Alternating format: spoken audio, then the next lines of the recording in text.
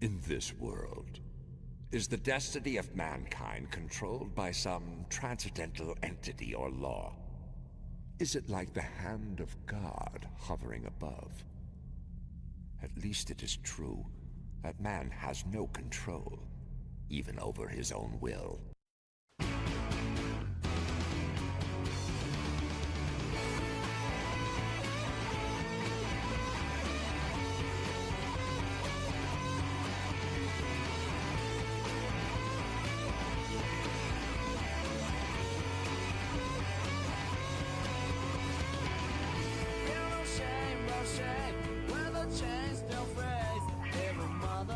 Show you another way. So put your glasses on. Nothing will be wrong. There's no break, there's no fame. It's up to you. The fast brush you'll be finding. Whatever holds you back, I can't get it all. Tell me why, tell me why, tell me what you want. I don't know why, don't know why, don't know why. Tell me why, tell me why, tell me what you say. I don't know why, don't know why. Too late, it's too late.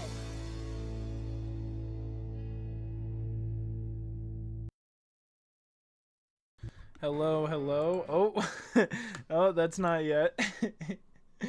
We'll save that for later. Welcome, welcome, fellas. Welcome, welcome. Well, fellas and fellarinas, of course. And and here we are back in Berserk. We are back here at chapter 345. Let me get the music going. Let me make sure it's not too loud. All right, cool, cool. I'm going to turn it down on my end, but you guys should have it about the same. All right, cool. That's perfect. So here we are on Berserk. We got to Elfhelm. Oh, wait, my webcam. Oh, whoops. Sorry. I didn't have D&D this week, so I didn't have to use it. Okay. Well, I didn't really use it. Well, it's whatever. Yeah, let me configure the video. Give me like 10 more seconds. Alright, do that. Sharpness. Alright, perfect. Cool. Alright, awesome, awesome. What's up, fellas? I'm sure you can see old dog right there, Smalls himself. Yeah, room's a little messy today. I have a bunch of random shit on my bed because I've just been cleaning it up. Yeah, other chair. There's the other chair. I don't know which chair to keep and which chair just to fucking donate. So I've been indecisive and kept them both. Probably just give them to one of my friends when they move out here in July. Anyway, enough of the chair lore. Let's get back into the Berserk lore. So we're at Elfhelm Island, Elfheen Island. I don't. It's one of those names, or maybe it's none of them, and I got it completely wrong. But it is funny if you remember. I was thinking about this today when I was looking back through the previous chapters. When we were fighting the sea, when Guts and crew were fighting the sea god, we witnessed at the end of a chapter Guts with the this drawing, and he has on a fucking Skyrim helmet. I mean, you know the one, the classic from the trailers. Just makes me laugh thinking about it, how old some of these chapters truly are. Oh man, gotta appreciate the work he put in though. I mean, it's totally worth it. Look at this one fucking panel. My fat head's in the way. But it's, oh god, it's fucking glorious, bro. This is it. I love it. The character design, how they all have their own. I know it's so basic, but that distinct. Show don't tell, man. All right. Anyway, so we meet the three master wizards, these old fogies. We talk to them. It's Master Skibbity, Master Skirbil, the perplexed, Master Thrain, the settled. Oh, I haven't even opened up the Twitch chat. Oh, my bad. Oh yeah, just give me 1 second. Sorry, so hyped into Berserk. I just wanted to fucking, I didn't even activate the chat. The chat box. Anyway, sorry about that. Anyway, so this is where we're at. We get to learn about Danan the domestic, Master Gunnar the ponderous, Master Skirbil the perplexed, and Master Thrain the settled. We get these beautiful descriptions. I love their eyes. They almost look glossed over, like they may be blind, but they witness the world in its ethereal form. I don't know, I think I'm fucking meat riding a little too hard, but I do really love these chapters. I really like the magic in Berserk, and I really find it fascinating. In general, I find the whole idea of magic in this world very fascinating. So whenever we get these peeks into it, dude, with these peaks like Elf Island, it's so fucking juicy. I love it. But yeah, Pucks, he's like, I'm back. Gentlemen are archmages. I will say this before we do this. This guy shows up, the other master, the youngest of them. That's why he went out here. And he talks about, I'm Gedfrin, I'm one of the governors of the island sorcerers. Were you aware of our arrival, Archmage? The King of Elves had an oracle. So then, as I thought, that boy. And he says what the oracle foretold, that a small whirlwind blown from this island would sweep up many fates before returning as a raging tempest. A small whirlwind from the island? You mean, like, it makes so much sense, dude. That Puck, he really is that unifying figure. Guts would never in a million years take on Isidro. If you remember, Isidro jumped on once Guts went to the Tower of Conviction. Isidro just followed him. But Guts would have he would have sent him off a fucking cliff. Wouldn't have killed the kid, but he would have shoot him away for good if he didn't have someone like Puck. Or who even knows if Guts would still be alive? How many times Puck has fucking healed him when they were alone, man? Especially after the fucking I wish I could remember the arc, but the one right before the Holy Iron Chain Knights show up, when he fights that girl who talks about the legends of P-Calf. I wish I could remember the name of that disciple. But yeah, anyway, we get to see the cherry blossom tree, their village.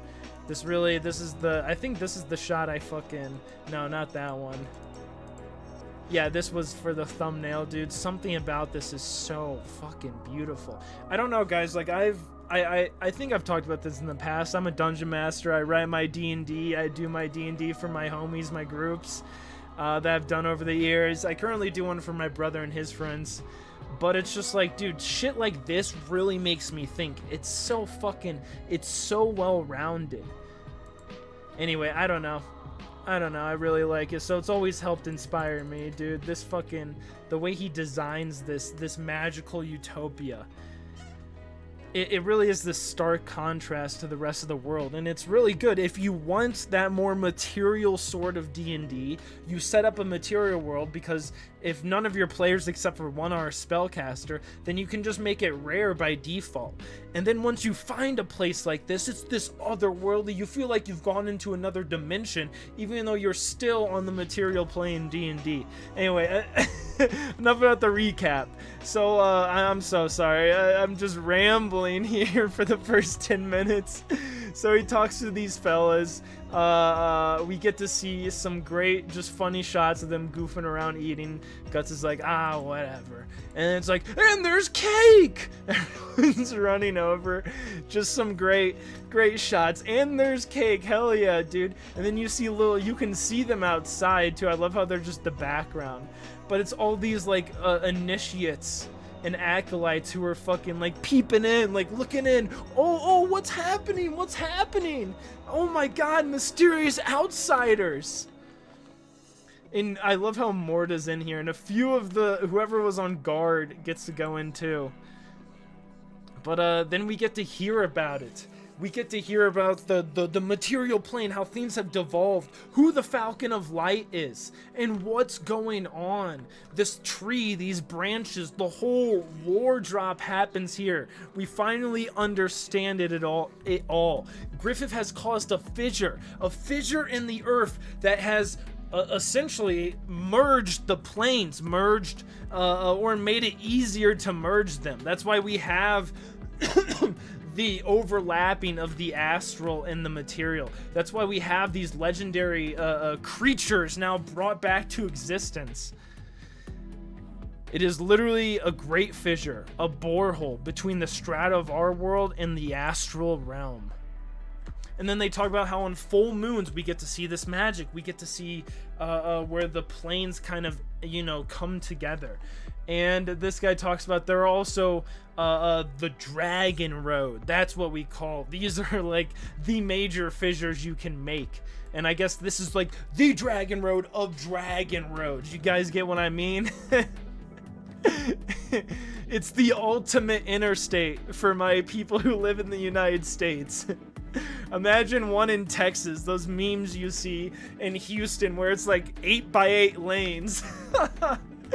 Sorry, I live in Colorado. Always gotta hate on some Texans. Oh man. So the A you carry at your side is a fetish meant to open a dragon's road to the abyss. An abomination. Mr. Potato Head here, I love that. But yeah. Let me see. Is it yours? Or is it yours, or are you but the means by which it travels? I love that, because it's fated to fall into the hands of the person who needs it. I love how Guts he thinks back to Flora, and even Sharkey smiles at that memory. Anyway, yeah, I love this chapter. I love the whole thing. I'm gushing. I'm absolutely loving this. But yeah, they get into a deeper, little just technical aspects of the lore, relating it to nature. They see their magic through the natural realm, so they even explain how the world tree has been limited by, fungus parasites, how you would think of roots, even though at the end of the day, none of this it might resemble a tree, but well, no, I guess it does actually act a lot like a tree. But it's funny how much of their magic is centered through nature, their perspective of nature. Anyway, let me give myself a little room here, and we can also zoom in. Sorry, it kind of went to the basic panel again. So anyway, that's, we listen, we hear about Flora, what she was doing. She was helping sapping keeping this balance in the world tree, and that balance has now been fucking cooked. There's something I would ask the Black Swordsman. What lust transformed the world in this way? He wants his own kingdom. He wants to control the world. And we get Isidro. He almost figures it out. You know the great 100-man band slayer? Did you know him? The great 100-man slayer of the Band of the Falcon? It's so cool. You gotta introduce us. So close, dude. So almost, Puck says. But anyway, he seeks to soar to ever greater heights. That's the Falcon. That's Griffith. I also love this panel. This was my other idea for the thumbnail. But, I don't know. I feel like that kind of spoils the last panel. Oh, man. Anyway, let's actually go. Way too long of a recap. My apologies. 15 minutes in, dude. Jesus. Sorry, I just got distracted talking about it because I love these chapters so much. Granted, they are pretty lore packed, so you just got to do the best you can and move on. But all right, we're on chapter 346 here, fellas.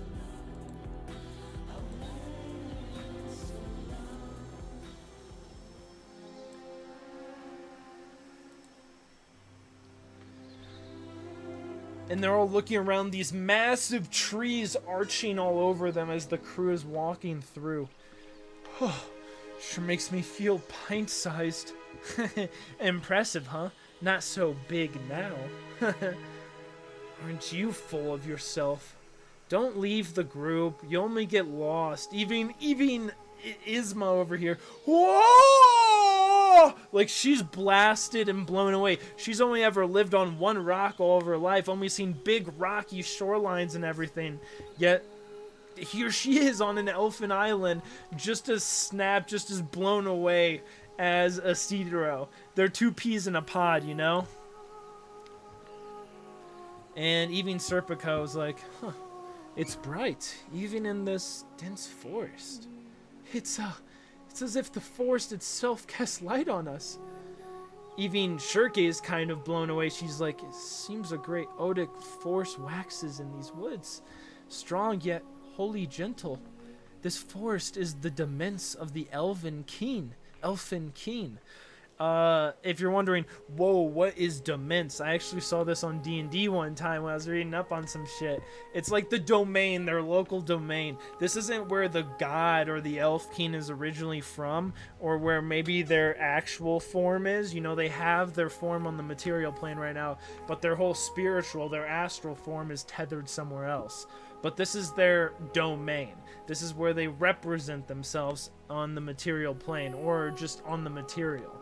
This is their domain. I don't know if that explains it. And Cedar over here is like, also, my body's failing. So this is where the elfin king resides, away from the rest of the city. Kinda oh! And you see Isidro,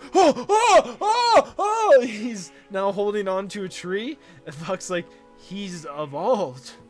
Cheeky for a human, ain't ya? Amazing! Like a grasshopper. I flew but real? I flew too! Don't. There are not many... Oh. Sorry. There are not many heavy elementals in these parts. Heavy bartites? Bartites? A factor external to the fire, water, wind, and earth that makes up this world. Bartites, the minuscule weight elements. They bind the four elements together. Too small to see even when scrying. They darken the air and weigh down all that is near when they gather. They depress the spirit and feed obsession. They do not go well with the inhabitants of this forest. Don't shake! You can see Isidro's terrified. You're right. My body is really light. All of a sudden, there's a bunch of other fellas here too. And they all kind of look like Puck. Yo, Pick. Yo, Puck. Been a while. Oi, Peck. It's Puck. He's alive.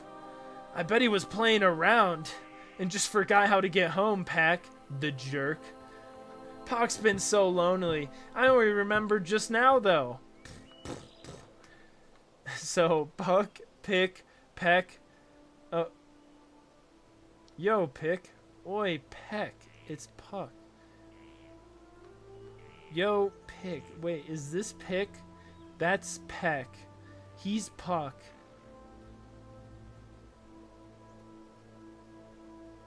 I bet I was playing around and just forgot how to get home. Pack. The jerk.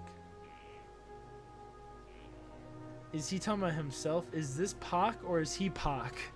The mystery, dude. We'll never know. I think... Okay, this is how I'm gonna... This is my final one. Pac. Pack. Peck. Pick. Puck. Yeah, that's my final guess. Anyway, we get a very beautiful shot here. I'm gonna just turn off my webcam for a moment. You get all of these creatures. The sorcerer brings humans. We get all these beautiful shots. Humans? Men, it's people.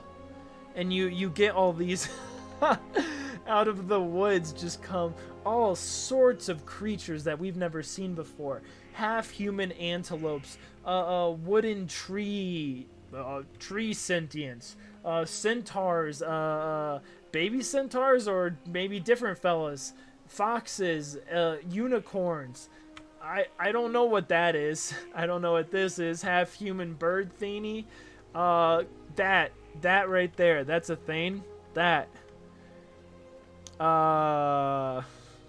And these, you know, these are things, spirits. These are, look, you got me beat on what these are. And then we have even like human, I don't know what that is. Is that a human chipmunk? Why is that not an Elden Ring? I want to be a human chipmunk. I want to turn into that. Anyway, yeah, we get like a million more creatures here. We're getting so many. I don't, it's beyond my sort of imagination. This even looks like a sentient bush if I had to imagine. Incredible. This is definitely Elfhelm. Welcome, human. Welcome. Where are you from? Why did you come here? Huh? A treasure hunt? Now a ditty.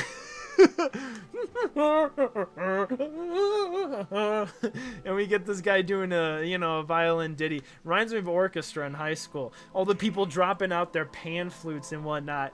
Dance, dance, wait, dance. Hey, let us dance, young lady. Oh, for our niece. Wind, friend, it's the wind. Oh, so now we know what these are. They're like wind elementals. Hey? Huh? Friend? This human is clad in wind. I love it. They're like, friend, he's in the wind.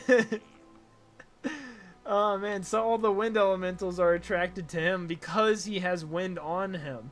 I love this elf just like lying around already, just like cozy in his shit. Oh, man, dude. You have homies on the ground. I mean, it seems unreal. This is a paradise. Serpico! And he's like, ah! Whoa! And he's just brought into the sky. Just launched away. They're just taking him. Oh, man. So, why you? I'm sorry! And they land right down. Huh? Oh, what? You want a piece of me? Acetero's just fucking... He's like, what? And Isma's just laughing as she's getting like, that tickles! Oh, do you unhand me? Do you mean to eat me? How much for my freedom? We have Magnifico freaking out over here over these two trees. Giddy up! Acetero trying to fucking control the unicorn. It doesn't really seem to work out for him. He gets bucked off. Isma's just, it's working perfect for her.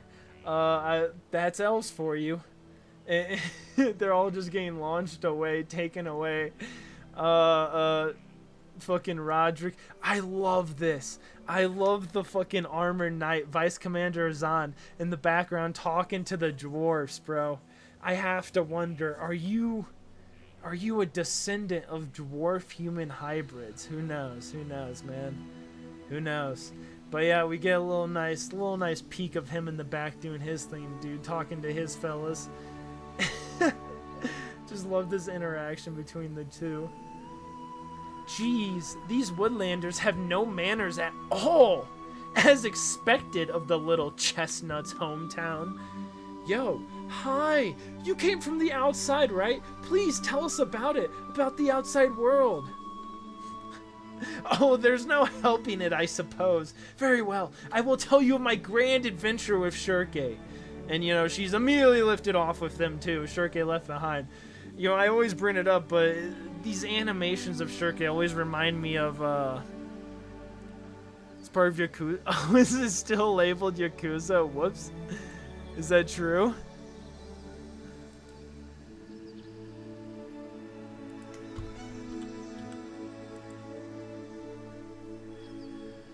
Oh, you lie.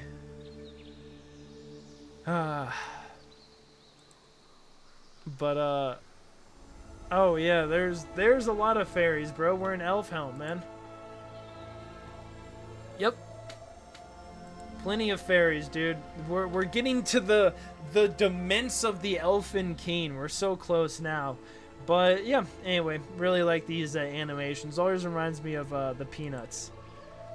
But then we get Puck's family, the homies. We get some actual detailed. All right, whoa, shut up. But we get these detailed, what do you call them? Like drawings of the fucking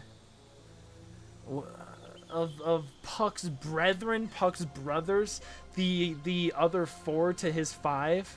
So serious. That human looks very stern. Too heavy for me. Doesn't really fit in this forest, does he? But he's a rare one, right? Fairly unusual. Welcome then? But how? Maybe a more serious stance would be good for your brows. A touch of the dramatic. Thou hast done well to reach this land, human. We praise ye, one and all. But thou mayest rest yet, for now thou facest the 4 heavenly P's. We're no mass production models. Ha ha! These are siblings, all right. I love how. I mean, this is exactly how my dog smiles when he gets when he gets some of my chicken, dude. When he gets my chicken and I'm not looking. When he's not looking, I give him some chicken. He gives this grin right here, this shit-eating grin. There's not a shittier eating grin in the world right there. Look at that. That is a shit-eating grin right there, man. Puck is so amused, so happy. My, this could go on forever. Can I bother you to wrap this up, Danan? Boom, boom. And you know, he wraps it up. They all look around. Okay, everyone. All right, march home now. Come on. More of a nuisance than the demons, aren't they? Serpico, a rough welcome. Quite remarkable, that lot. I love the I love damn donkey.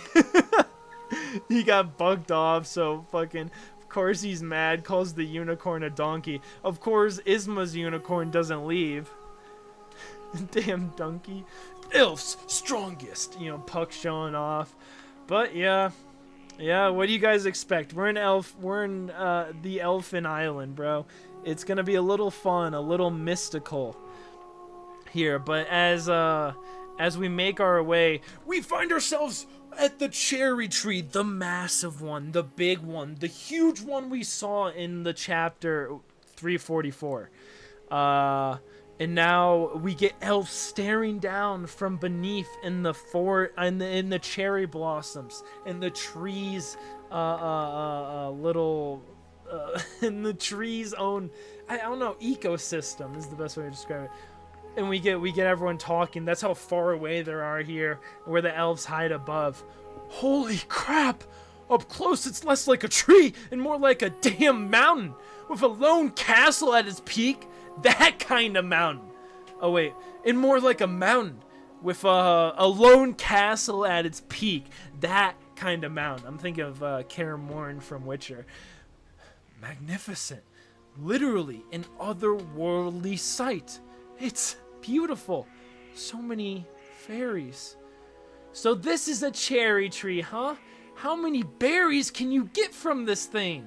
Haha, you can eat cherries all year round. They just, oh, it's a cherry. I see. They just grow right back the minute you pluck them. Making a spirit tree of such grandeur. Their home with so many fairies in tow. Just what kind of greatness does the Flower Storm King possess? Ugh, you piss me off! I don't even know why she's mad. Why Ivarel is so mad. And we have, I love this, Casca just opening her mouth, thinking it's snow when it's really just cherry blossom. Cherry blossom leaves. So it's... I love this, dude. More Peanuts animation, too. Everyone, we're entering through this hollow. And we get a beautiful shot. Hawks and owls and all sorts of birds and sentient trees and sentient mushrooms and ghosts and goblins and gremlins and all sorts of wacky wind elementals. They're all here. They're all here in this mystical wonderland. The elfin flower storm king's seat. It's like a maze in here. It's a good thing we're so light. And we have Magnifico. He's reaching up to Puck. Master Puck. Master Puck. What is it? Mr. Magnififool. The matter we discussed. I am in your hands. Matter we discussed? Surely it did not slip your mind already. You on the elfin throne. Ah, that. Gotcha. I leave our audience with the current king of elves to you. Very well. I shall handle it. Here we are. The throne room. What's this? So the tree itself is a palace. Yep, and it can only go up from... Oh, wait. Oh, I thought that was the end of the chapter. Oh my, such a mess. And in broad daylight. I love it. Just some gremlins here, just passed out drunk. Brownies, we have guests? A hand, please. And they start sweeping away these fellas. All of a sudden, boom, boom, boom, boom,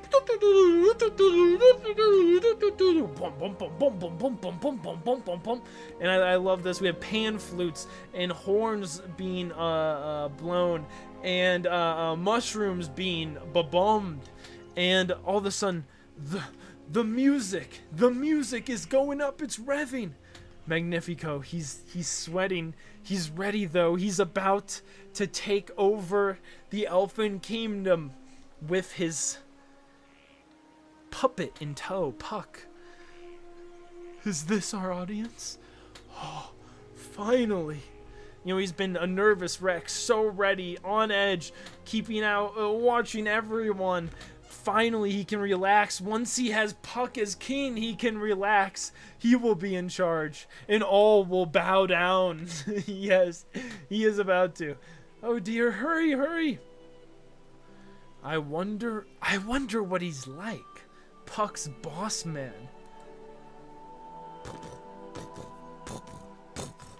And it is Puck. Oh!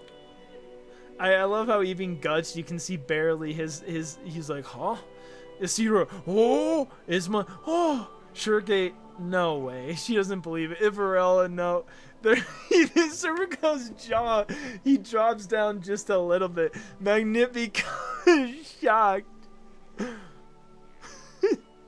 The Elfin King graces you with his presence. Bow your heads, you plebs! Serpico, this is a coup d'etat. What? No! Wait! No! What's the meaning of this? Ivarella can't believe it.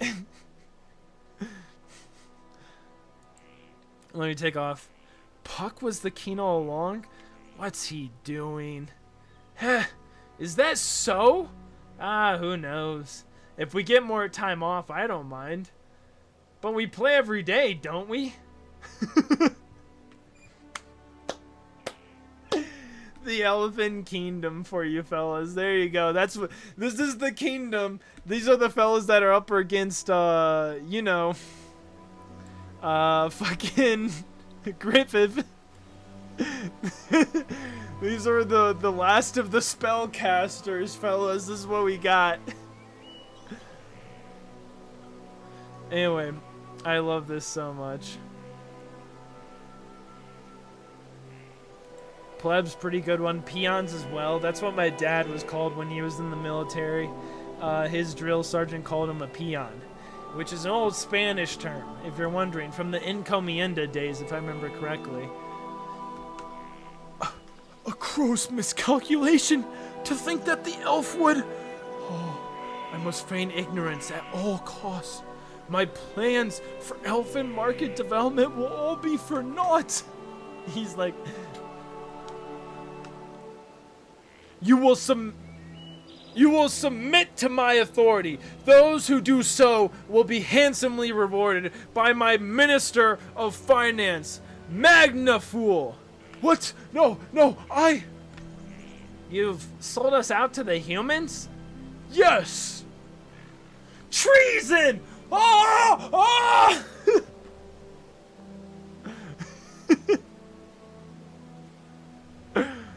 Oh, what was he blabbering about, I wonder? Elves, I tell you, they're all japes. Magnafool, my loyal attendant! It's real bad, I tell you. Your plot to usurp the lawful rule of this nation has failed. Save yourself! Take them away. Let us meet in Valhalla. Oh man, it's fucking great. All of a sudden, we get plot against the state. Oh my. Oh, that's no good, little Puck. That's her from before, the housekeeper. Have your experiences in the outside world corrupted you? I wonder. And she takes off her housekeeper gear, and she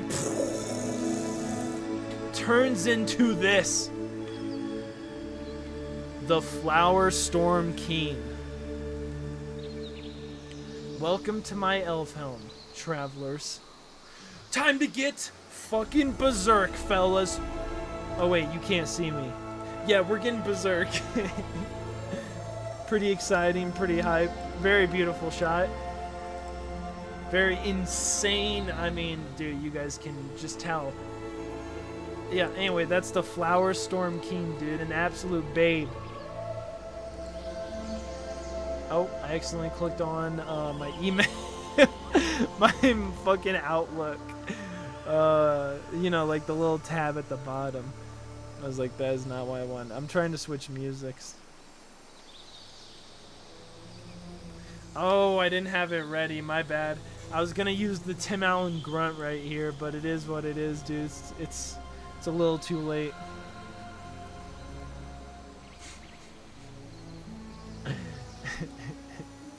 Yeah, it's a little too late. The email's Berserk page. Hopefully not. That'd be no bueno. On the wrong page, dude. But anyway, I mean, this is a little unreal. We find out the Flower Storm King. Whoa! Did she just transform? Breathtaking. Certainly a Flower Storm King. Yeah, like Jesus Christ, bro.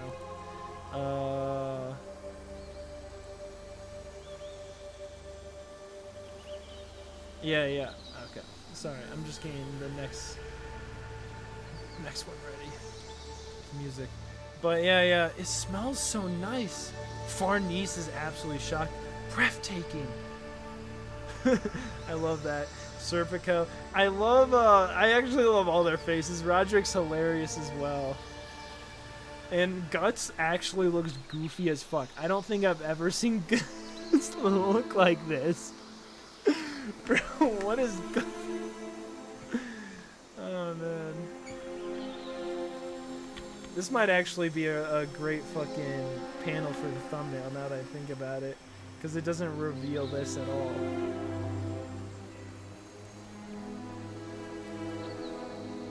I can feel her immense spiritual pressure. This is so nice and cozy. Reminds me of our old Spiritwood mansion, but it's pleasant like an embrace. Flower Storm King. I've reached her, the Lord of Elves. You know, Guts, he's looking down now at Casca. Roderick, oh my lord, bro, he's enamored. Serpico, I think, is looking over at Guts as well, watching his reaction. And then, of course, Farnese is watching over Casca, who's just enamored with all the flowers that have just blasted out. He's about to say something.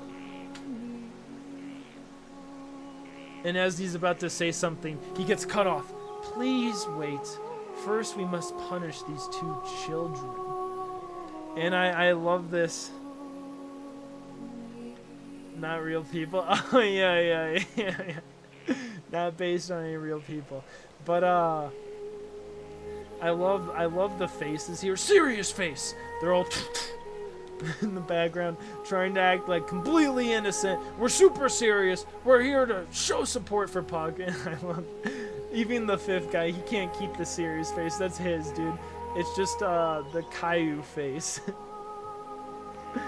Oh man. Little Puck has the vulgarity of the human world.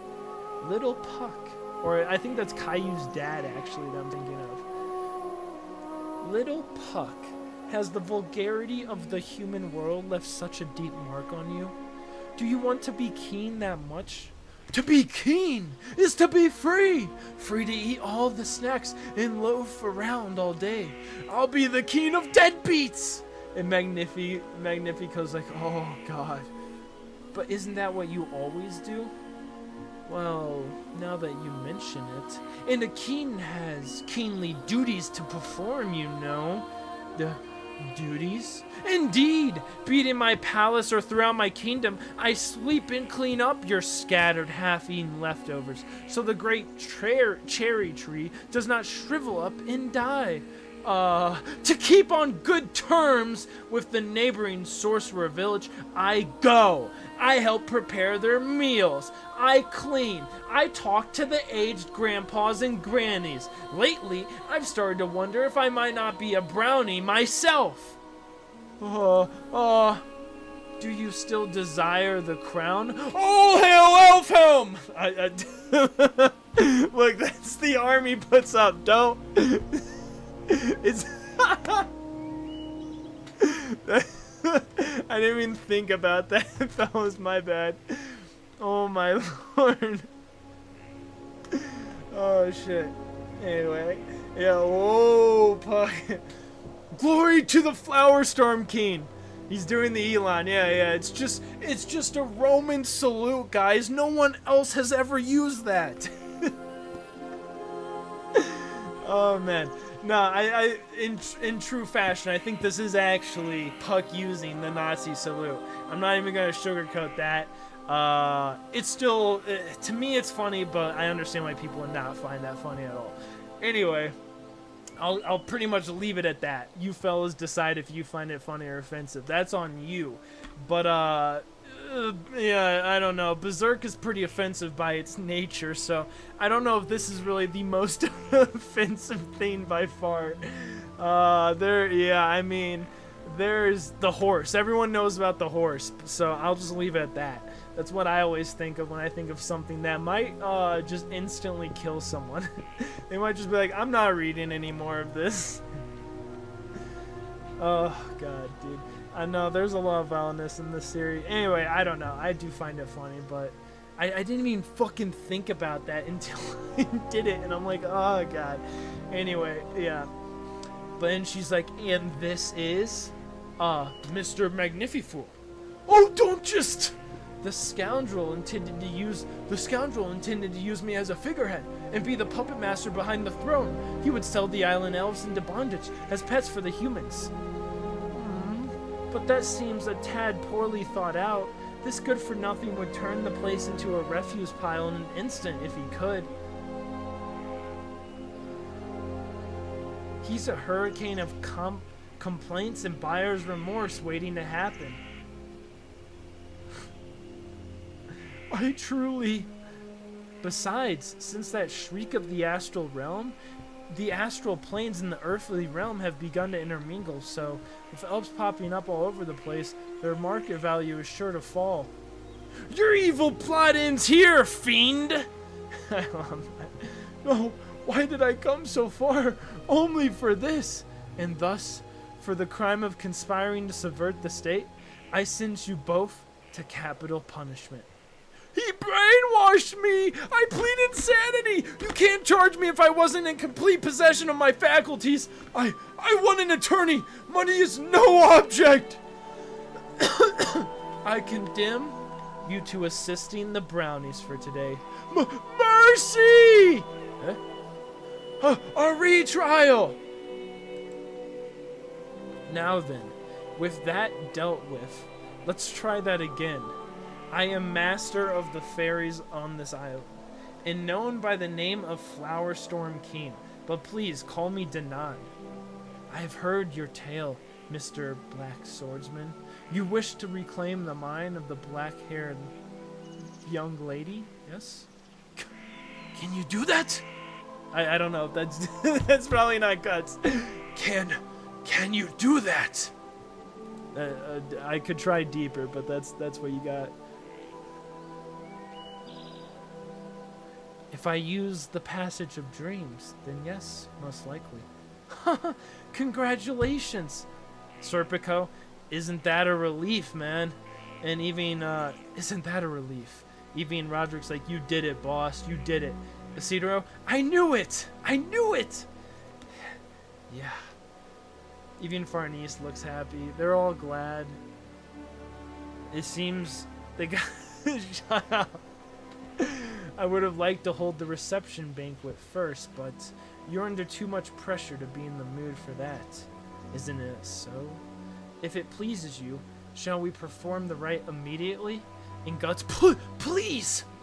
Then the black-haired young lady, and the one next to her, and the little witch from outside, if you would all assist me. You want us? The people most suited to conduct the ritual are ones with strong ties to the subject. The girl clings to the blonde one, and has Flora's star pupil. You are experienced in the arts, are you not? Wait, then I should too. I am sorry, but I must turn you down. From that girl I feel a strong fear of you that would impede the rite. And you can see Farnese look up. Guts. It'll be fine. I'm a witch still, as is Farnese. Please, trust in your companions. And you see Guts, he drops the... like, the most just...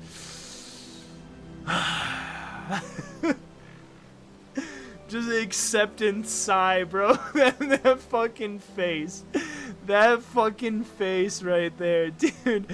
That shit kills me to this day. Every time I fucking read this chapter, it kills me to look at. I mean, everyone knows that face, dude, where you're just like, alright, yeah. You gotta take a second. You gotta take a second to just accept the reality of, well, yeah, the reality of reality.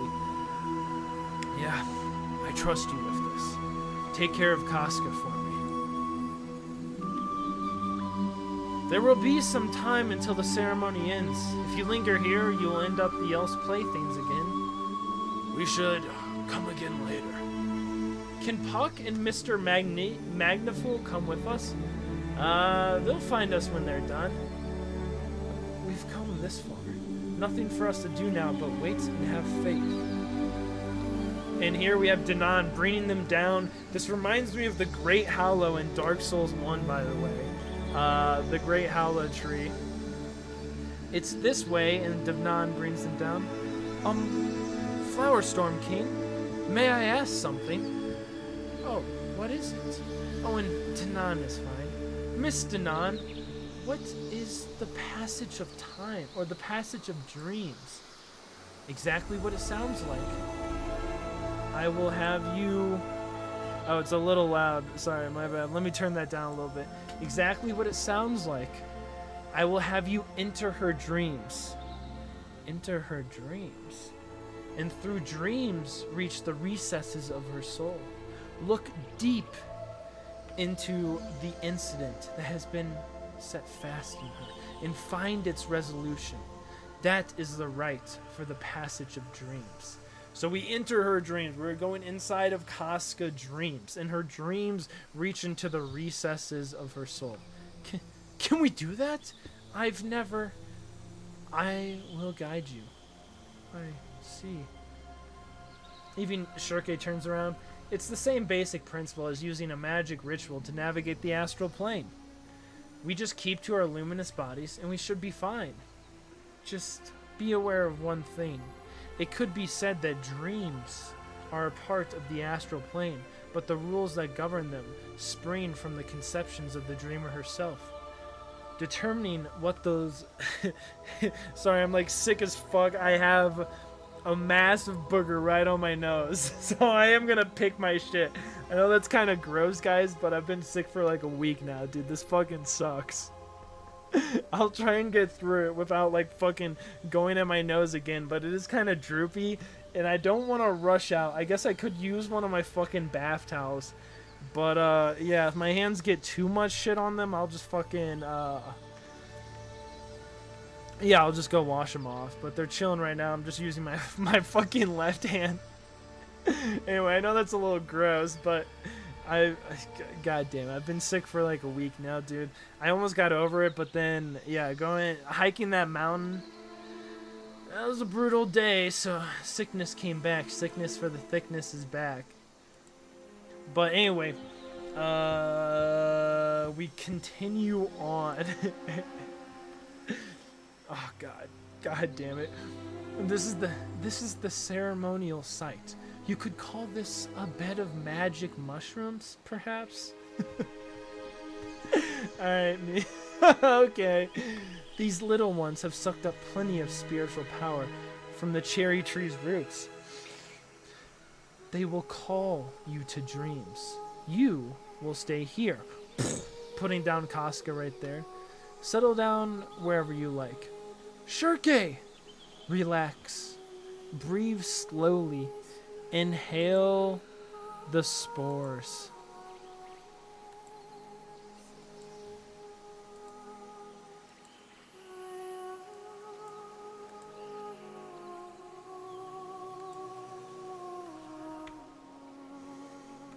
And we seal the sun. I love this shot right here.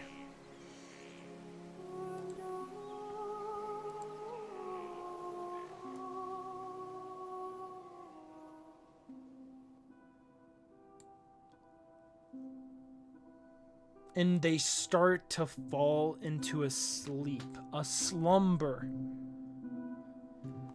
You may proceed. I look at this shot. Shirke's grown tiny. They're disappearing into the tree itself, or becoming these? I mean, what is this shot? Oh, sorry.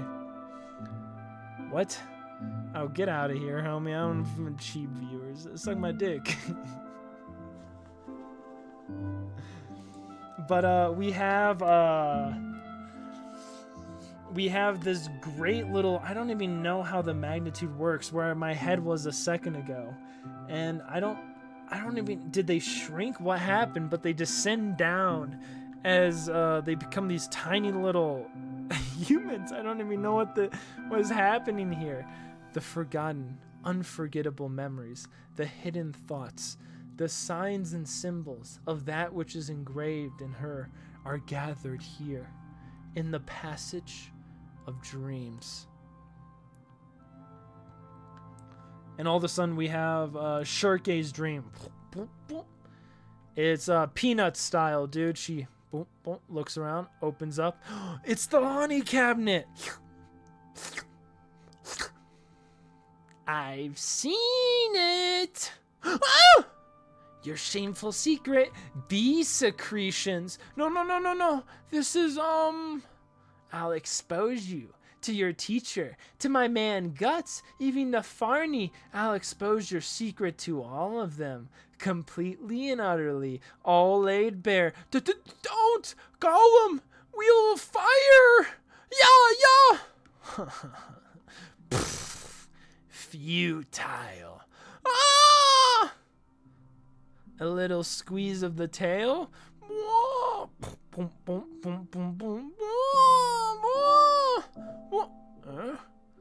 This is my dream.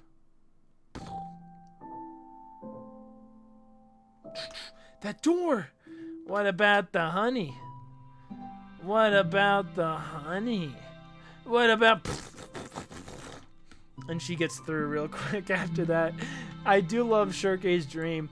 If you're wondering what the fuck is going on, I have to imagine Flora, her mistress, her teacher, never ate honey in front of her and never used it in anything besides like spells and whatnot. So I'm guessing Shirkei tried it once as a kid, loved it, and then thought it was weird to eat it. And so has this fear that if it ever gets out, people will be like, what the fuck, you eat honey? And then, of course, the one who would expose it would be Isidoro. But yeah, anyway, I think that's my little fucking game theory here, guys, if you're wondering. But, yeah, anyway, then we get a massive field. A massive field of clothes in Farnese. My lady Farnese, you've gotten much better at washing clothes.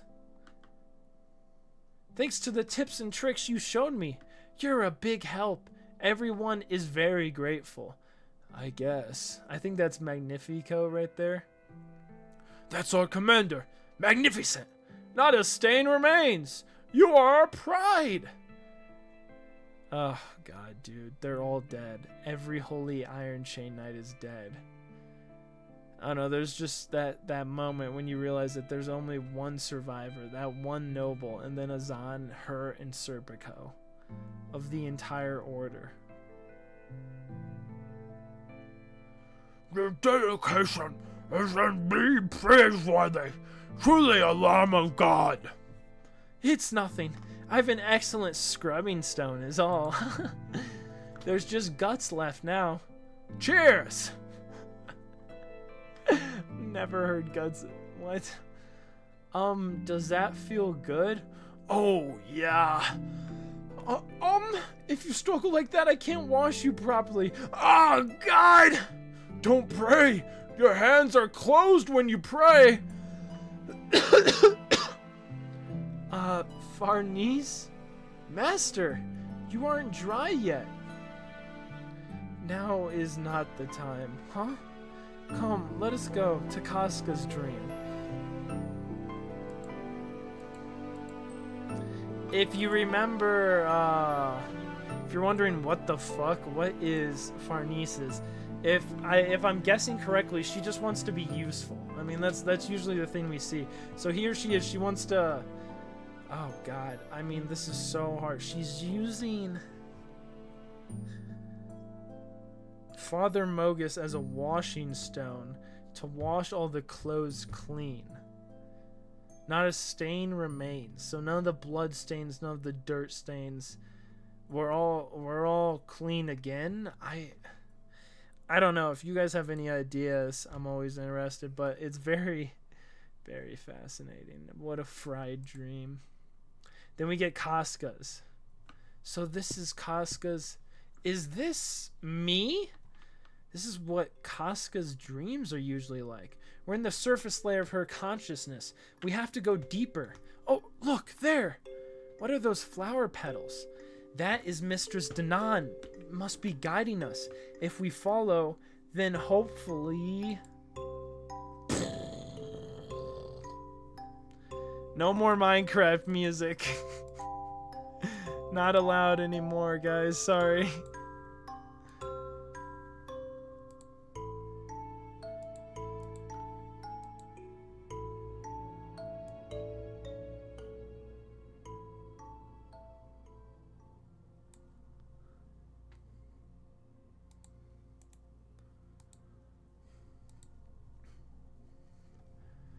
But yeah, here we are, dude.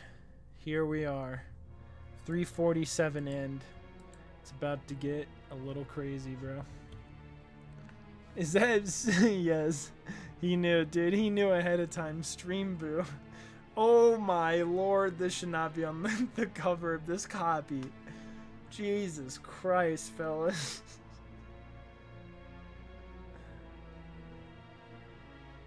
Oh my.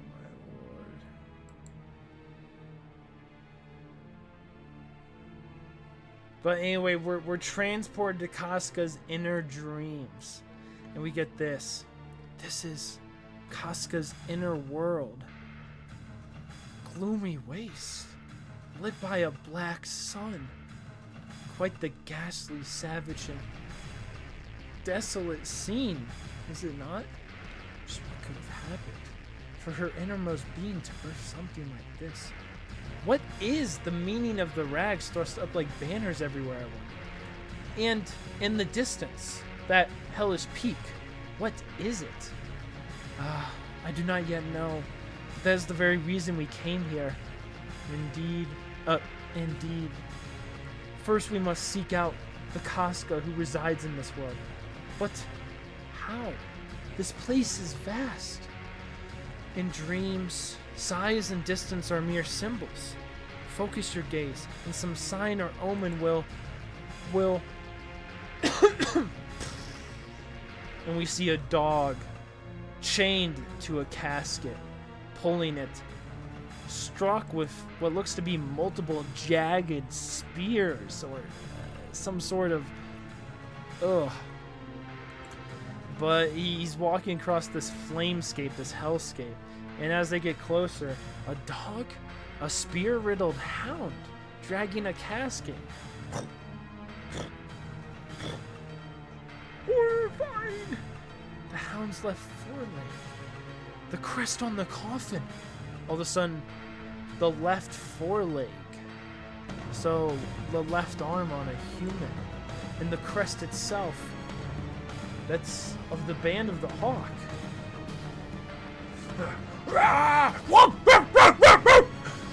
Sorry, Smalls.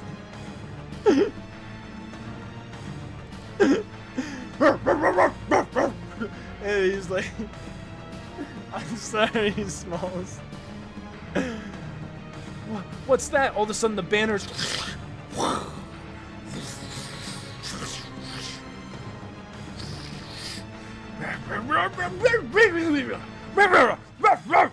and all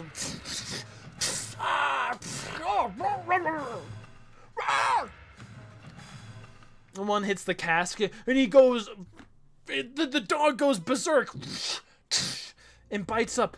What should we do? We assist the hound. Yes. And they use their magic, getting the others, and we drove them off. Is getting this close not dangerous? It is all right. Takes out the magic. Is that safe? It seems to understand that we are not its enemy. Just what is this dog? I knew it. Look. And you see a brand on the back of its neck. That's... This hound is Guts. Sneaking a piece of chicken. Well, we can't give a Guts dog any chicken, but I do have some chicken and rice right here. Hey, Smalls. What? Oh. No, sorry, buddy. Alright. No more food for you. Should have thrown that better. Oh, you stretching? Oh, you stretching? Oh, yeah. Alright, anyway. This hound is Guts, such as he is in this realm. Oh, yeah, he does blend in with the couch pretty well. But, yeah, anyway, I also wanted to speak, you see it when it's in here, they're animated different, they're shaded differently because of how the lighting is in this dreamscape, so I really love that. Just kind of wanted to point that out. I really love the animation here. More animation, I shouldn't, not really animation, what do you call it? The drawing, the art, I don't know what's the right word. But anyway, she's like, no way, but he's a dog. This is a dream after all. Scarred all over, missing his left paw, and the brand on his neck seals it. All signs point to this, which means I do feel guilty. Like we're grave robbing. Are you ready? I'm opening it. Apologies, but I must. and we open up the casket to see Casca. Broken, shattered.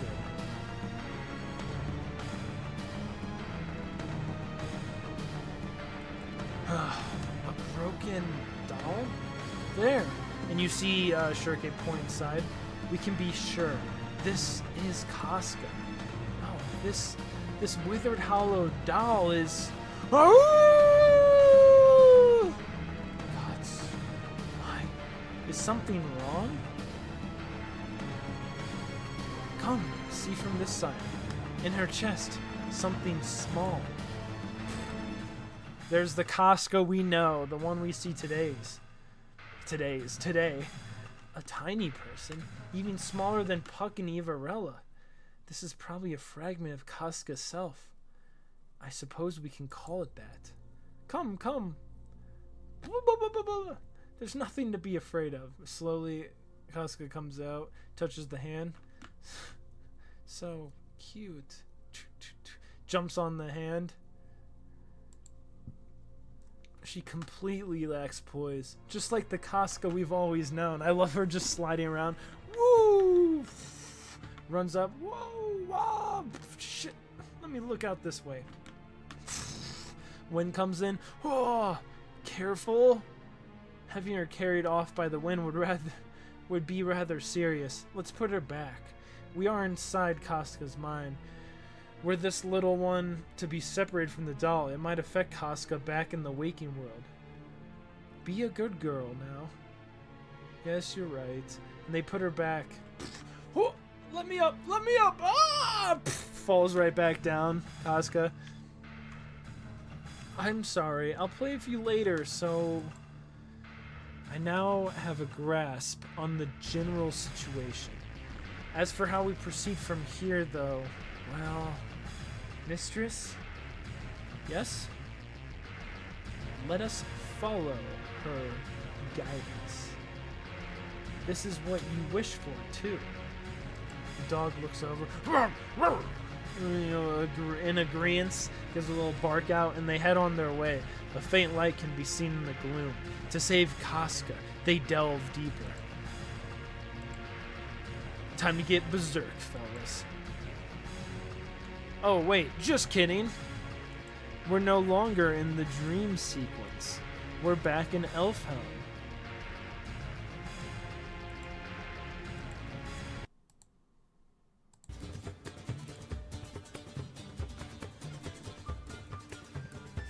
My. So this is how it'll be. If we throw a party, It is hardly the elves won't hold back, is it? Wait. It is hardly the elves want... Oh, it was hardly the elves want to hold back. Sorry. The way I read that was a little wrong. We have fireworks going off. The old men drinking. The elves partying. The fucking... The witches swirling around, putting off more and more fireworks. The wind elementals, everyone, the sailors, they're all... Some of them are dancing with some of the fellers. Some of them look like just animated pieces of corn, but hell yeah. We've got the dwarfs, the pan flutes, everything. The gremlins, the goblins, we've got it all. And we ran through the ghoulies all at once. Boosh, bash, boom, bah! And 'twas with this salamander dagger that I dealt the coup de grace! Okay, I don't need to go that crazy. Bum, bum, bum, bum, bum, bum, bum, bum, bum. You're a marrow? Yup. Chug it. Oh, there goes my underwear. And she immediately turns into her marrow form, dropping out the tail. You won't you come have a bath? It's suffused with lovely herbs. We'll scrub the travel dust off you in the scales and oils. Oh, they want to cook her, and this guy's like, "Oh, tail! I can get some tail." Oh man. Anyway, we got the dwarves. They're back with our favorite Vice Commander Azan, and they're doing their jig, their dance. Work. oh, you're not a half bad bunch. Why am I condemned to serving duty? This is grim. I love Puck's brother's getting pushed around. Puck has to carry his biggest, fattest brother. And we got Guts looking out at the cherry blossom tree, sitting alone. All of a sudden, we get the fellas. Just us guys. Am I right? Room for 2 more, Chief? Just us guys here. Oh, man. And we have to put on his song, dude.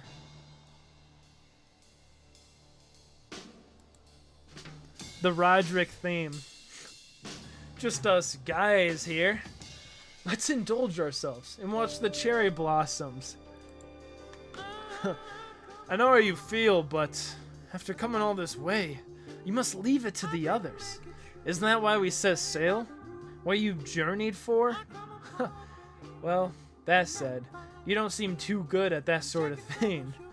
Alright, but you know, a lot has changed for me. A lot I've realized on this trip. If you're alone, if it's just your life, you can use it however you please. Against the snake, love it. Snake Baron, great fucking boss. Great boss, great disciple. I fucking love that disciple.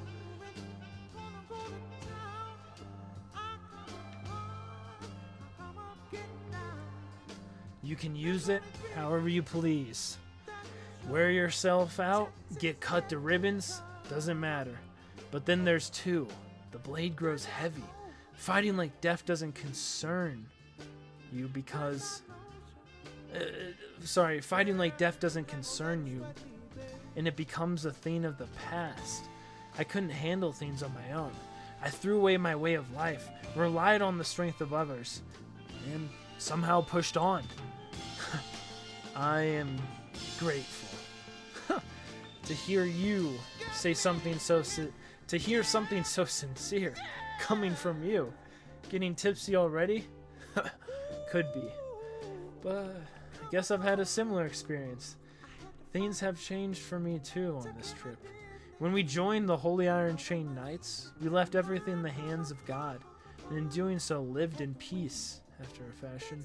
We just obediently carried out the will of the Holy See, and all was well. I cannot say she was happy, but it suited Lady Farnese at the time. However, in meeting you, everything turned to ash. Lady Farnese lost her faith and became obsessed with you, who took it from her. I have served her since childhood, and I could hardly do more than stand by her side. But you waltzed in and accomplished something I couldn't even conceive of. You breathed new life into Lady Farnese. Truth be told, Roderick's listening, dude. He's like, I can keep an eye on this fella, dude. Make sure he's with his woman. Truth be told, I thought to kill you many times. And the violence of these emotions within me perplexed me. But on the other hand, faltering at first, Lady Farnese was starting to stand on her own. I was happy for her, proud. I love this. She's washing clothes. So I wonder if this is why she dreamed of washing clothes. It's when she first felt useful for the first time, first felt needed, first felt good in her life. That's why she wants to perfect washing clothes. I wonder. And then I noticed it. It's because of Miss Casca that Lady Farnese is stronger. People who have someone to protect grow in order to do so. These days, she's utterly the meddlesome elder sister of the adventurous younger sibling. Let us have faith in their bond. And as for me, opening up to my fellow travelers like this, it's a change. Roderick, the drink talking perhaps. Opening up about homicidal ideation. Brutal. But that's alright. You're a grown man on an adventure, risking life and limb, dragged across the seas for a woman. Can't say I dislike the idea. I want to die drowning at sea and in wine or in women. Roderick, the ultimate trouble man. I love Serpico. You're drunk, Captain. Oh, man. he just drops this right here. I don't know if any of them realize this. The meddlesome elder sister of the adventurous younger sibling. I don't think anyone, even Farnese doesn't realize this, but he is half brother to Farnese and Magnifico. Was called a Magnififool. But yeah. Anyway, I don't know. That's all I can really. It's very fascinating. I think he just dropped that without even really mentioning it. But we're about to get back to the dream here, so sadly, there's just gonna be more sadness to follow. And Guts, as we're thinking back, as we're heading into the dream, he thinks back on that one thing the Skull Knight said long ago. And more than anything, there's no guarantee your wish will be her wish. Yeah, that's the voice for today. I can never decide on Skull Knight.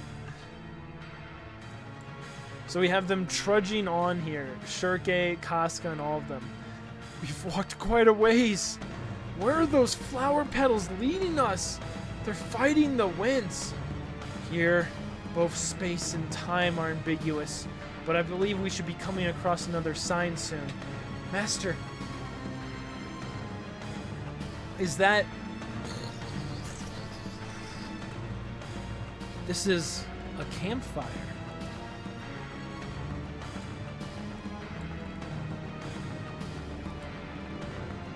And all of a sudden, oh, that's warm. Let us rest for a moment. But what does it mean? And all of a sudden, they hear music playing in the background. And they realize that Guts is sitting with his back to them. Here we are, fellas, back at the bonfire of dreams. This is a fragment of Casca's memories. That back. Oogling the back right now. Desperate Farnese. This person is a campfire of dreams. You smooth talker. You sound like some princess. It's Guts. From before he met us. Farnese stares into the abyss. A Guts I do not know. I sense these emotions. They were Casca's feelings at the time.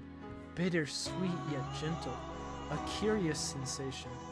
Can it... But you're right. You could scatter them just by blowing. All those little flames throw themselves into the fire. And we see the campfire dissipate. It's the memory, the fragment of Casca. The dog picks it up. What is he doing? I see. Open it for him, please. Are you sure? We meet again. I love how the dog runs away. Guts puts it in. Guts dog. A little repaired, just a little bit, right around the eyelid. The doll is repaired. That is in accordance with the laws of this world, it seems.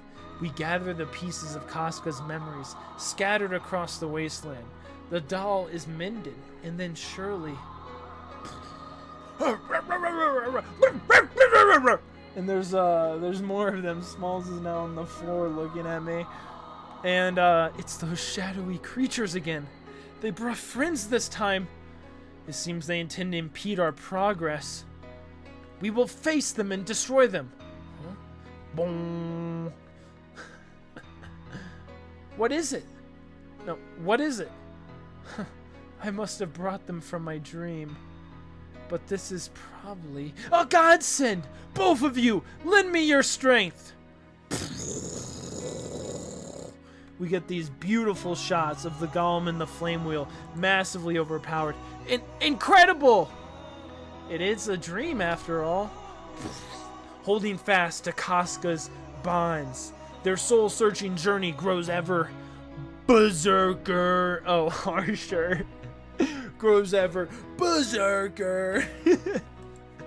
Sorry, I thought it said berserker at first, and then I read it.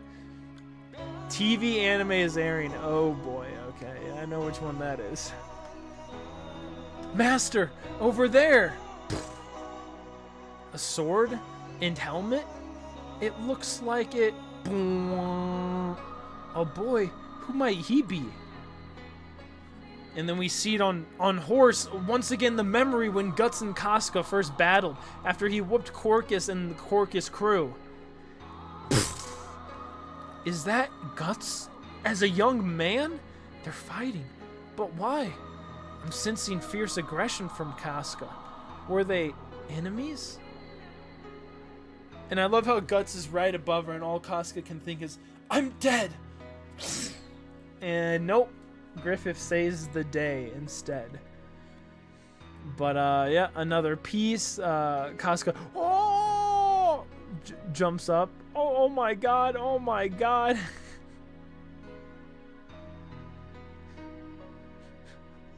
Hits the snout, jumps up to attack it, hits the snout a ton, falls back down, and then runs away. I love that.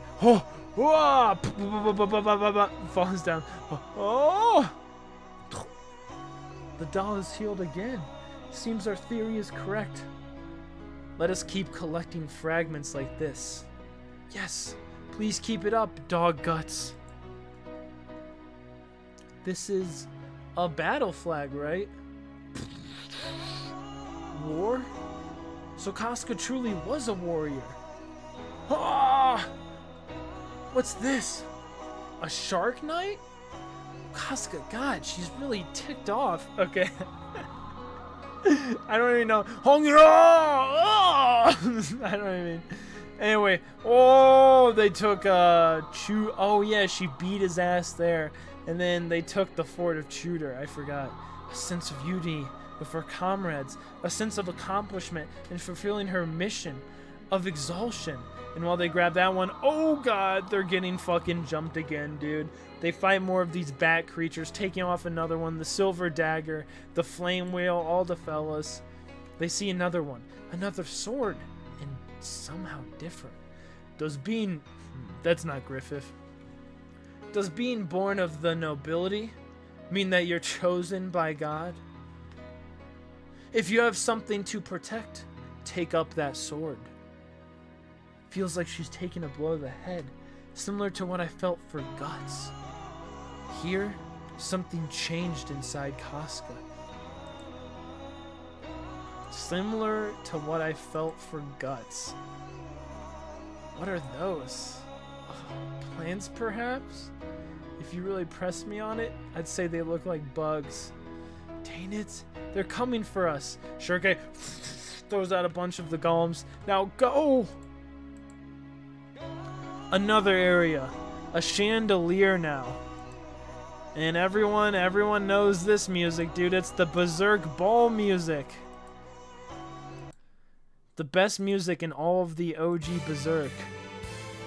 I swear to God, it sounds like out of old school Sid Meier games. You know, like Sid Meier Pirates when you go to the ball. What? A chandelier is hanging from the heavens. Now that's dreamlike. All of a sudden we see the ballroom. A banquet. There's so many people. The White Phoenix Knights. Ah, yeah, woo! And White Phoenix General Griffith. Dizzying. She's bubbling with joy. A moment of glory together with her comrades. But what's this? I can feel the hair on the back of her neck standing at the end. A tinge of anxiety and loneliness. You can see Guts in the background. She's looking out at him. Then all of a sudden, the wine cup breaks. Griffith collapses. What? That gentleman just collapsed. She's greatly shaken. A cave? All of a sudden they're... Oh, what the fuck? Back with the Guts music again. Oh, he's throwing all her shit in. Or no, she's throwing that at him, right? This is after he saved her. After she fell off the cliff. She feels frustrated with Guts. Bitter and jealous. And then Guts is right there. Right here, he looks back. And then... Right here, dude, the 100-man Slayer moment. Why? These feelings are... And then the last one, when they find him on the tree. I love that. We get a very quick recap from Casca's perspective of that entire encounter. What a great one, too. Snow? A broken sword? And we get the showdown here between Guts and Griffith. Those two are fighting! Take care. Take care. That's the best I got. Griffith! She feels helpless, unable to thrust herself between them. A sadness that rends her heart. Guts! And watching him leave, what she feels welling up inside is... as I thought. Oh god, more hairballs. Gross! Are these creatures indicative of things that Casca found viscerally repulsive? I wonder. Quickly, manifest, O Lady of the Depths! And we get the Lady of the Depths dealing with these fucking things, dude. I don't even want to... Ugh. Bum, bum, bum, bum. Anyway, we see all of a sudden water falling down. A waterfall from the skies. Now I've seen it all. They're fighting again. Those two. And you see Guts take the wound. Just lets her stab him.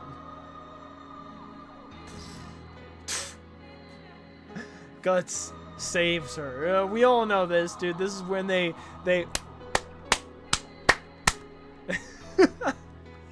Look, I'm a child, okay? I'm not actually, but I'm gonna be childish about this. They clap cheeks. They do the hanky-panky. Oh! Oh, no! No! Oh, boy. Oh, boy. You mustn't see this, Master! Huh? But, for research purposes! That's right. So that's how it was. No. I've known all along. Yep, Farnese was coping. She's known all along, but that confirmed it right there. Oh, God! Yeah, clapping cheek, dude. We knew this. That was always gonna be one of the fucking moments. It's a pretty significant moment in both of their lives. I don't think Casca was ever with another human being before that, like sexually at all, even intimately. In Guts, the only person he's been with, as far as we know of, outside of outside of before Casca, is when he was raped as a kid. So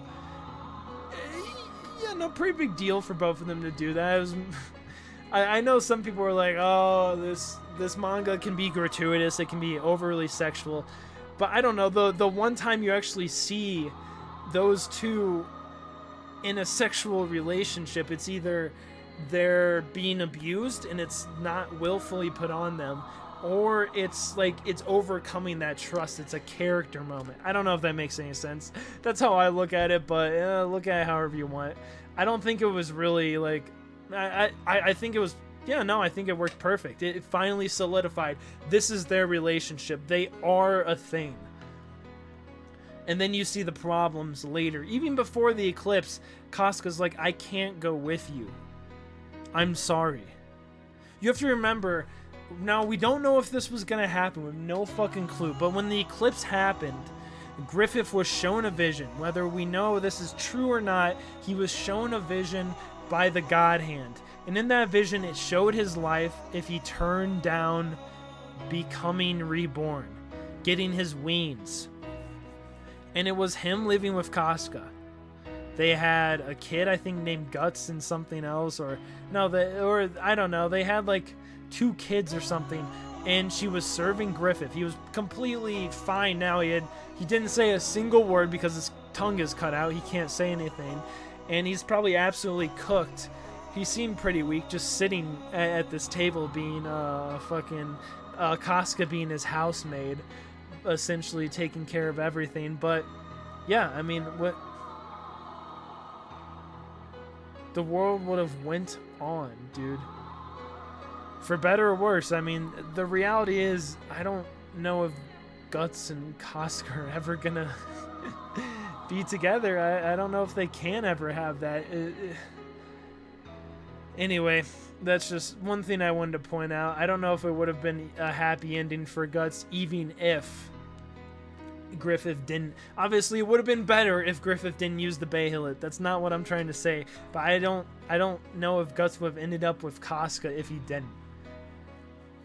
Anyway, we get all these memories. We get all these fragments. It's a montage now. Montage! Talking about a montage. We get to see Judo and Rickert, young Rickert, Pippin, my favorite fellow, with his own fucking entire cast to himself.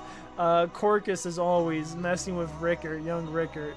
Judo smiling. Them going off to war. Fighting Zod for the first time. Griffith being shot by the poison arrow, but the Bahilit saving him. Guts getting punched by Casca. Watching on as Griffith talked to the princess at the ballroom. And through all of this, Casca's little mini-me sits and waits, chills with them as they go through this horror together. If you guys are recognizing this symbol, this is the creature that killed Judo. Just magnified a ton. It looks almost exactly like the creature that killed Judo. Anyway, I don't know, you see those. I like that they have this out when they need to rest. But eventually they make it here. Okay, let me minimize myself quite a bit. How long has it been? Maybe a month? Maybe even a year? But it also feels like it hasn't been a day. I don't know. The flow of time does not affect the world of dreams. However, we're only missing a few pieces of the doll. The end of our journey should be drawing near. And then, there's that bristling peak, which we seem inexorably led to. It definitely looks like our end goal, does it not? This almost looks like an eye to me.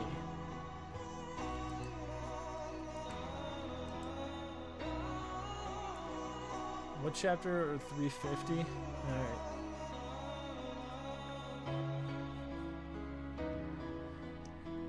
Reefed in a thick miasma, it most likely symbolizes the primary cause of the shattering of Casca's mind. As we approach, I fear we will encounter demons in possession of powers far greater than anything we've faced thus far. Don't let your guard down. We must brace ourselves and head on. Yes. And bro, here we see her. One last little piece. Is she frightened? Don't worry, everything will be fine. Huh? I can't hear. Master, she just said something. See? This might be a result of us collecting the fragments. Why? What does she say? There's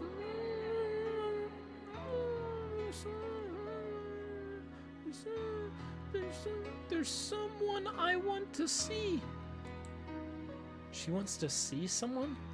That must be most likely want to see.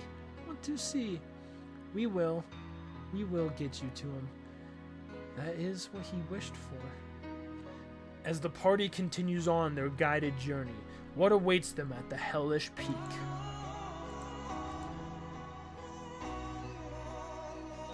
How foul. Yeah, enough of the Guts music here, dude. We the fear music gotta be put back on for this atrocious area. A forest of corpses and needling pines. If I wasn't aware that this is but a dream, I might just faint. The petals really are leading us towards the summit. Let us press on.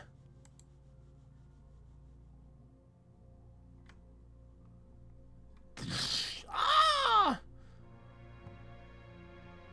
Pulls. Oh! Guts grabs her just in time. She doesn't fall back into the spikes. Take care. As I said earlier, any wounds we sustain in this dream might have an effect on our physical bodies. Yes! Thank you for looking out for me, Guts. But what ghastly scenery this is. Just what did... I love Guts. Whoa! Just what did she experience to form this? Of course, if something could engrave this imagery upon the mind, it would have been enough to shatter anyone's psyche. If you're frightened, you should go back in the casket. Boop, boop, boop, boop. And she jumps into her like little hood thing here. If it gets dangerous, you can just duck down. And all of a sudden, the dog, sorry, Smalls, the dog, Guts the hound, barking again.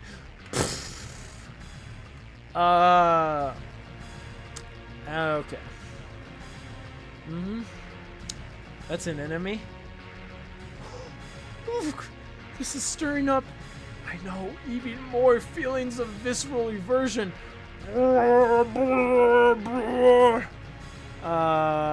Yeah, I mean... And they shoot out a water. They spit it right out of the front of their mouth right there. Lady of the Depths! I mean, what am I supposed to make of this, guys? What am I, like... Oh, I wonder what visceral event made Casca dream all this horrible stuff. Gollum to battle!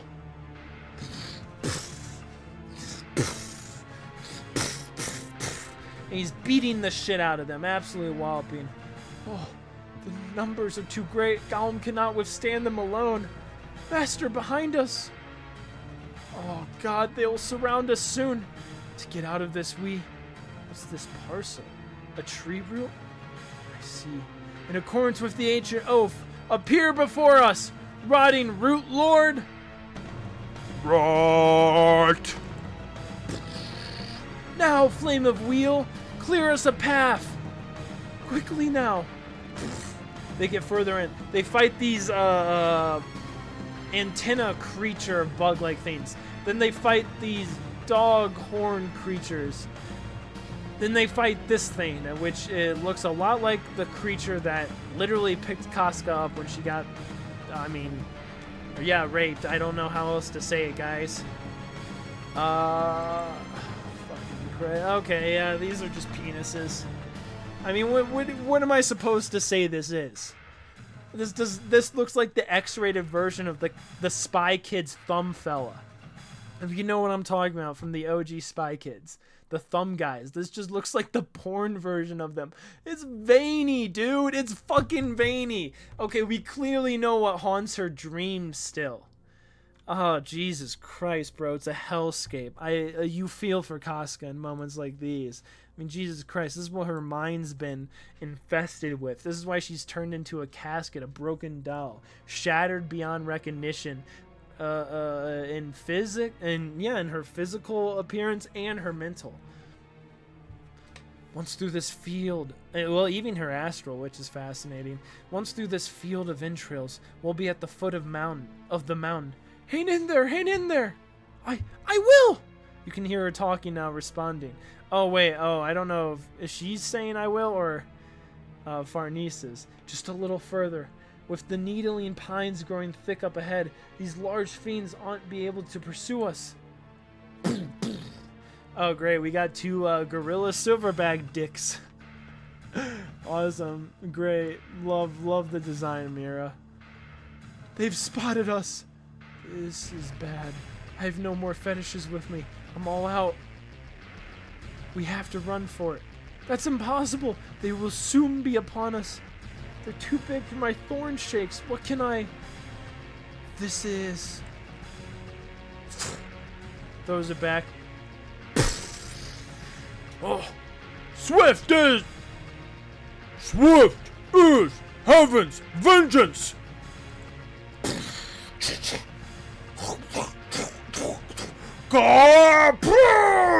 He crushes them down, crushing them into mincemeat. Farnese, that's... It seems I brought some things with my own dream, too. Then, up we go! Throws out the golems, helping them push. The branches are getting longer. Oh no, the path is closing. The farther we go, the more hostile the world grows. As if the master of this dream is rejecting us, refusing to wake up. We made it through! And here we have at the top, the final fragment. That is the last fragment.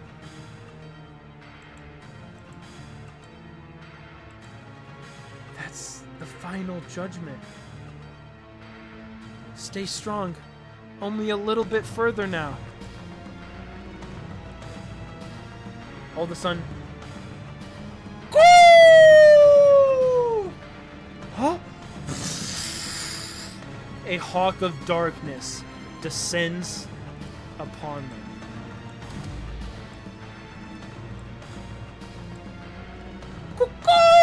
I don't know. What is that? The guardian of the final fragment. It's probably the strongest of all beings in this dream. A king of demons. Guts all of a sudden. Hey, Smalls. You licking yourself? Hey, whoa. Hey, thank you, buddy. It's coming back around.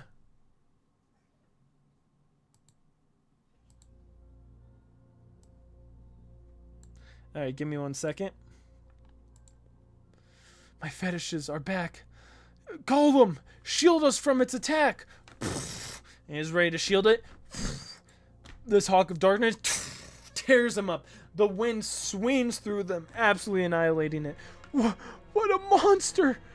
Please look, the miasma, it spreads. It's taking form.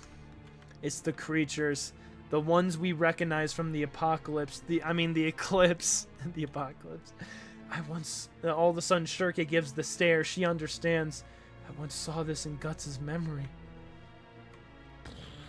A chill. This panicked fear. It's not normal. This is likely the cause behind the shattering of Casca's souls. Incarnations of fear itself. I bid all of my magical fetishes lend me strength. The Lady of the Depths, the Rotting Lord, the Big Golem. Please, the Flame Wheel. We'll break through to the fragment at any cost. Push him. The bird again. Now it's flanking us. And the casket is nabbed. And you see Guts the dog leaving like, oh shit. He's pulled up.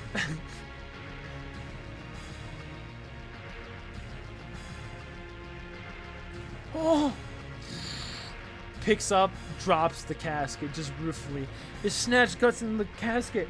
If they fall from that height, oh! If I had some means to manipulate the winds. All of a sudden in the brain, the wind! Then this, go now! Serpico! I love how she summons him like a Pokemon. My, you run your workers rough, Lady Farnese. The Sylph's hood, so it was in the laundry. It's coming in for another. We are over capacity. Smashes down on it again, annihilating Guts and the casket. Guts falling onto... Oh, did the chain break? Oh, yeah, it breaks. I see. Breaking off and falling down onto the spikes below. This is bad. The miasma around the coffin is... It's no use. We can't get any closer. All of a sudden... The Guts hood. The Guts hood. The Berserker hood. All of a sudden... goes over to the Hound on the ground.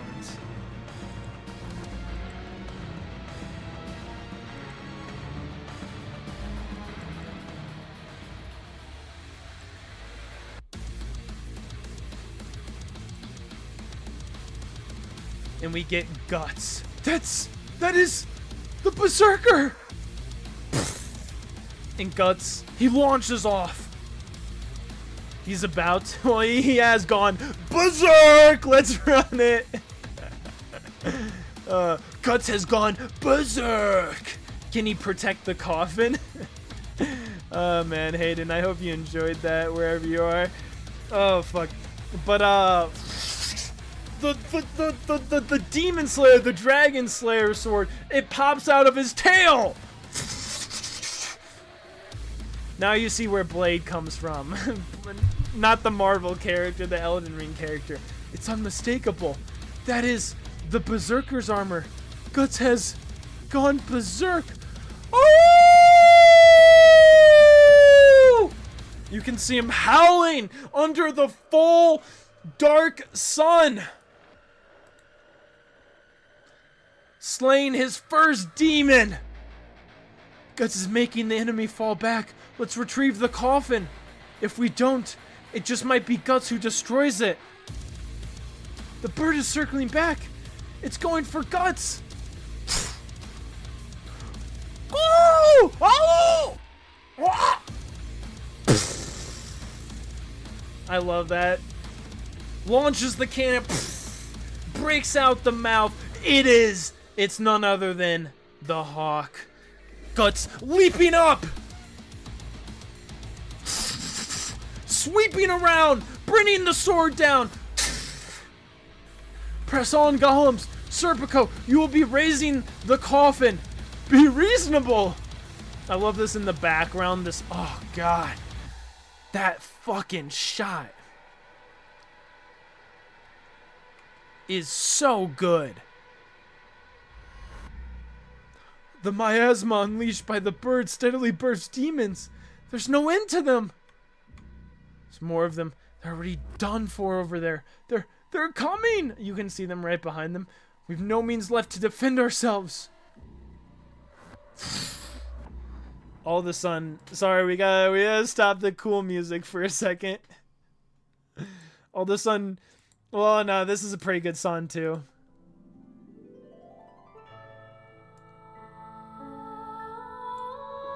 One last thing within your treasured memories, and the hat flies off. Oh! And it's Mistress Flora, dude. Mistress! I told you, didn't I? That we would meet again in your dreams. You've done well, Shirky. As your teacher, I am nothing but proud. Here, I must bestow upon my favorite pupil one blessing. And we get this beautiful shot.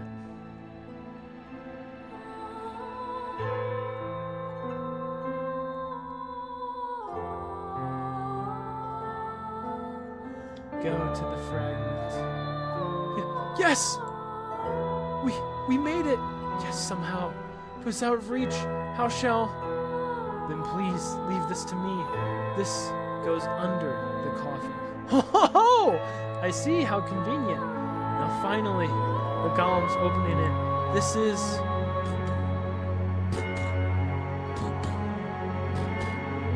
Casca's child. They've reached the final fragment. But what is this form? The last fragment is a demon, but it looks like an infant. Little recap if you're wondering here. Casca was pregnant after Guts and her, did the hanky-panky, and Griffith corrupted it when he raped her. That's just the truth of the matter. It's 100%. I mean, it's just, yeah. So she gave birth to, a stillborn demon, essentially. So, not only did Griffith sacrifice everyone, rape Casca, well, hopefully kill Guts. That seemed to be the plan, was kill both of them right after that. And he also wanted to take Guts' child from him. And deliver a stillborn demon baby. Oh, that's great. That's great. Good job. Great friend, Griffith. Good. Oh my god, he's such a piece of shit. While I do not know why the final fragment has taken this form, please prepare yourself. Huh? Back when I was sucked into the Berserker's armor, I caught a glimpse of it in Guts' memory. It's not something I ever want to see again, if I can help it. What lies beyond here is surely that feast of madness. Steel yourself! And we get one of the most insane opening shots. The Eclipse. The God Hand. Each member. I love because Void was down here talking to Griffith at this point. Or is Void still up there? No, that really... Or, oh yeah, that was Griffith's new form. Yeah, actually that makes sense. I think so. I could be wrong. But yeah, this is the Eclipse. We get this vision. They get a shot of the Eclipse. This is what broke Casca? A swirl of memories, of demons, of friends dying, of brains, of craniums open, exposed, being feasted on, of judo, of horses, corpses, of fingerless hands, of faces smashes, of heads twirling on spikes. The cause, all of this brutality, all of this bloody destruction.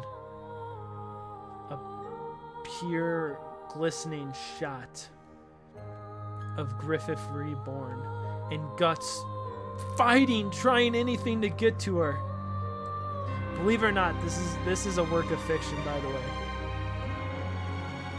No! Don't let it suck you in! Don't lose sight of yourself! They're flowing into me! Miss Casca screams! There are no words! Her soul is being torn apart!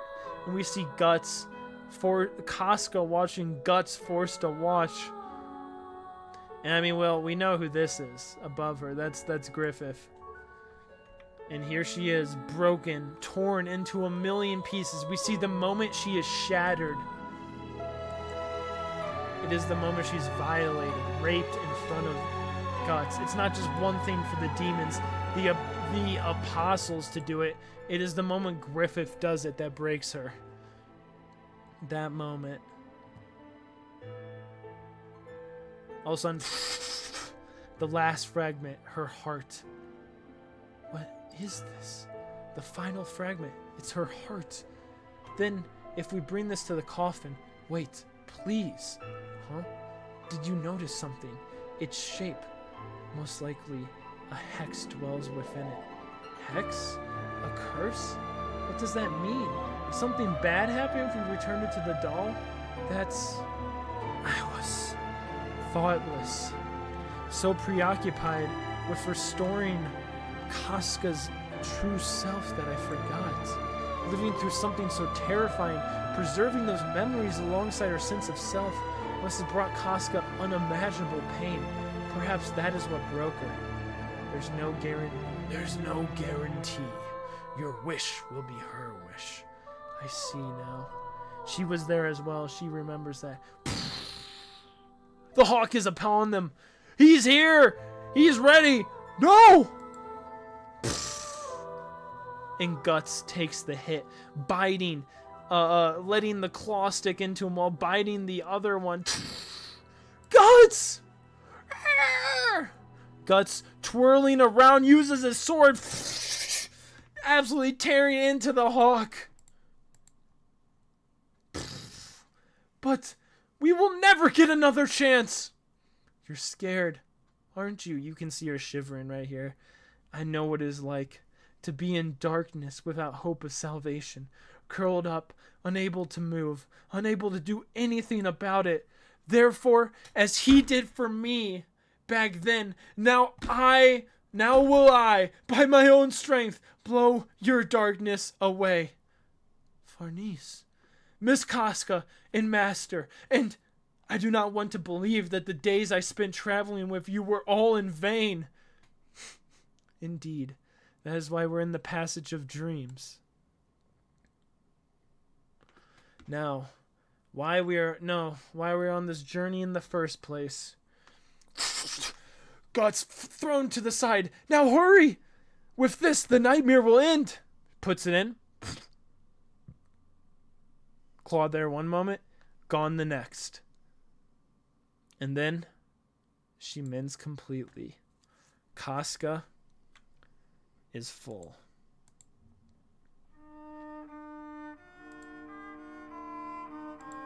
A door? We will meet again. And as they leave, the petals descend down.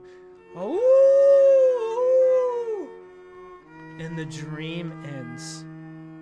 And Casca awakes.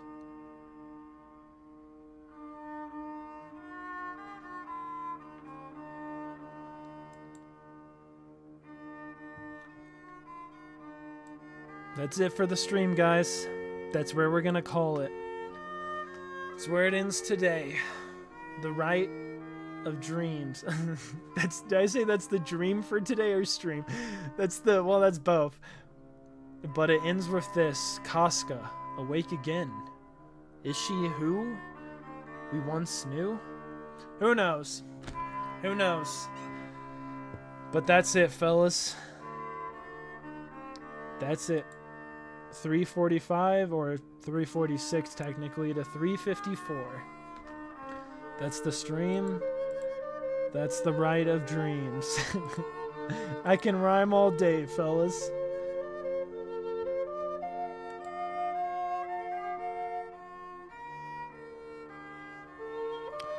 Yeah.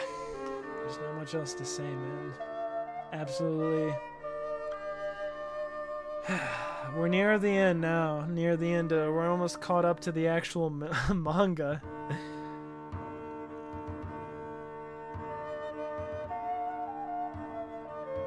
Anyway. Be happy, guys. Be happy.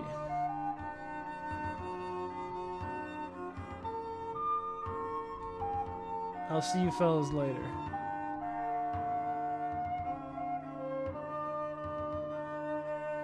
Bye-bye.